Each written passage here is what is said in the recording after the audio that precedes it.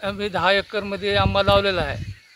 माझी बाग 15 लाखाला विकली होती.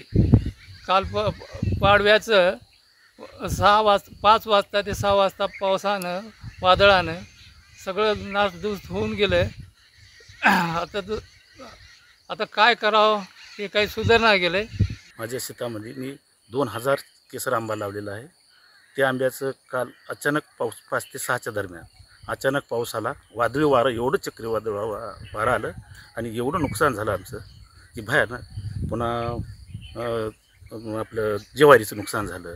तरी ताबडतोब पंचनामे करून आम्हाला मदत मिळावी शासनाची, हीच आमची विनंती. वाऱ्यामुळं बाग भुईसपाट झाली. 4 एकरमधली 1 एकर भुईसपाट बाग झाली. एवढं मोठं नुकसान आहे की भयानक नुकसान आहे. 2016ला बी अशी गारपीट झालती.